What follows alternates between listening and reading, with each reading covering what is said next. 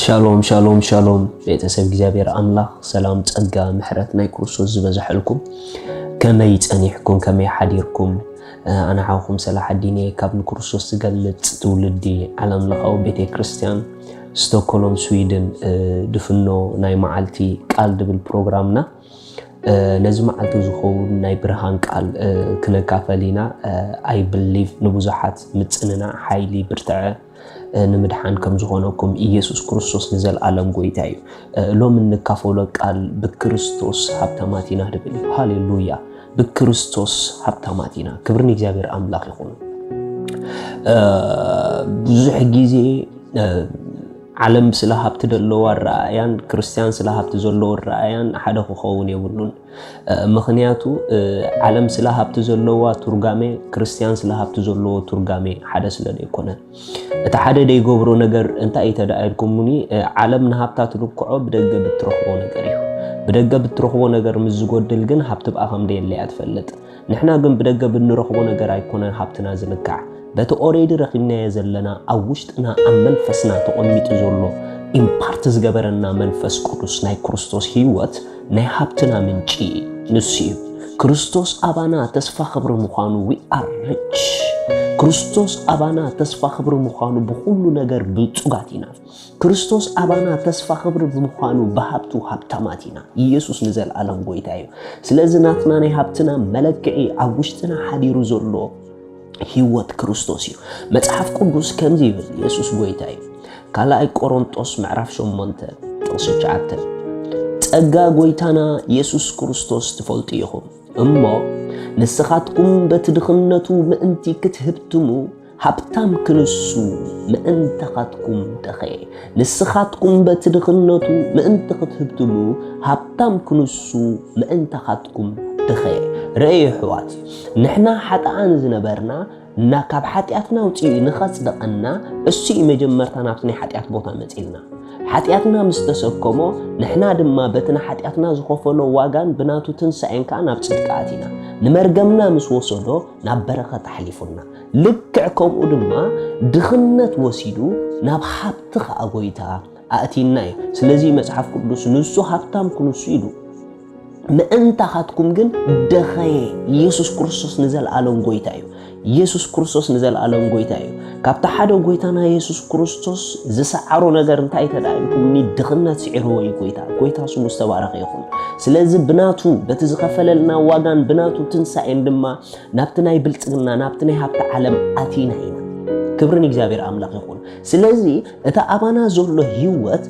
አባና ዘሎ ህይወት በሃብቲ ርእሱ ዝገልጽ ህይወት እዩ እታ አባና ዘሎ ህይወት ብምትርፍራፍ ርእሱ ዝገልጽ ህይወት እዩ ምኽንያቱ መጽሐፍ ክዛረብ ከሎ ወንጌል ማቴዎስ 10:10 ከምዚ ኢሉሎ ሰራቕ ብጀካ ክሰርቕን ክሓርድን ከጥፍእን ኣይመጽእን እዩ ኣነ ግና ኢሉ ህይወት ምስ ተረፊኣታ ትብል ተቓል ህይወት ምስ ተረፉ abundant life ሪኹም ህይወት ምስ ተረፉ ኩሉን ብኩሉን ካብ ዝኣኽለካ ንላዕሊ መሊኡ ዘትረፍርፍ ላይፍ ኢን ክራይስት ተቐቢልና ኢና ስለዚ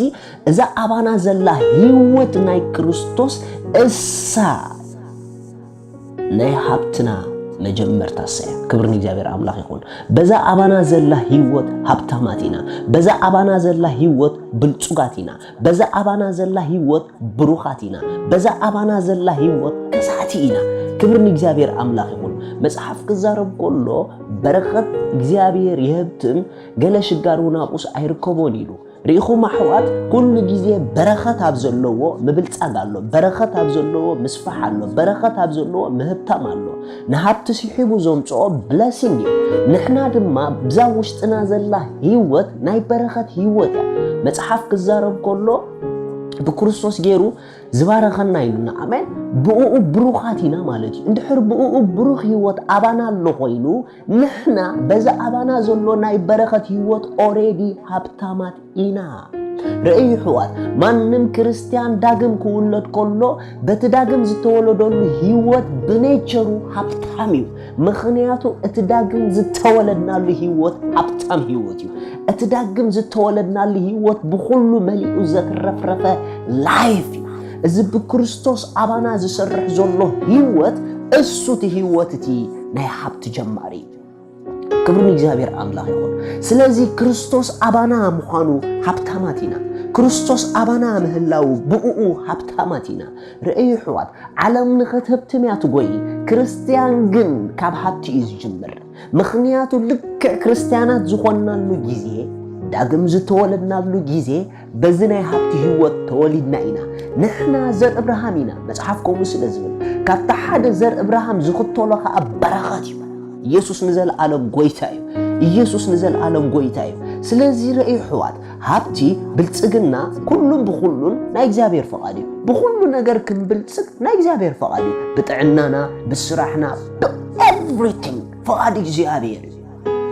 አሜን ርእዩ ዘሞር بكريستوس من مخنا ماننتنا بزفلتنا يوم متن زمور اتزفلتنا يو أبيوتنا خجلت يجمر إذا أوشتنا زلوا ناي كريستوس يود ما ناي حبتي يوديو إذا وشتنا زلوا ناي كريستوس يود ما مليء زترفرفه يوديو إذا يود زي بقولوا نجاريلا دلايكم بقولنا إذا يود زلوا سلام انتلكم مولي إذا يود حبت تلكم مولي إذا يود زدلكم مو عينت نجار إذا يود مولي مخنياتو the higher life in Christ تقبلنا praise God كبر الإجابير أملاك يقول هاليلويا ኢየሱስ ክርስቶስ ንዘል ዓለም ጎይታዩ ስለዚህ ካብሎም ማዓንቲ ጀሚርኩም ሓደ ነገር ከካፍለኩም ደስ ይብለኒ ስለ ሃብቲ ክትሓስቡ ከለኹም ንኽትኮኑ ይትውየዩ ከም ዝኾንኩም ግን ርእስኩም ክትርእይዋ ጀምሩ ብኡኡ ሃብታማት ምዃንኩም ክትሓስቡ ጀምሩ እሞ ኣብ ህይወትኩም ዝግለጽ ምትርፍራፍ ክትርእይኹም ኣብ ህይወትኩም ዝፈስስ ፈሳሲ ክትርእይኹም ምኽንያቱ ገና ከይከድና ከለና ዳግም ምስተወለድና ብኡኡ ሃብታማት ኮይንና ኢና ካብ ንሱ ኣባና ምህላው ዝበልጽ ሃብቲ የለን ካብ ንሱ ኣባና ምንባሩ ዝበልጽ ሃብቲ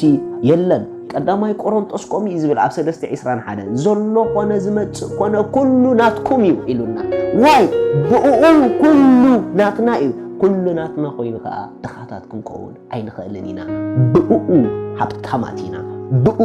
ሃብታማት ኢና ስለዚ ጅባ ኻሪኻ ንሃብትኻ ምልክዕ ኣቋርጾ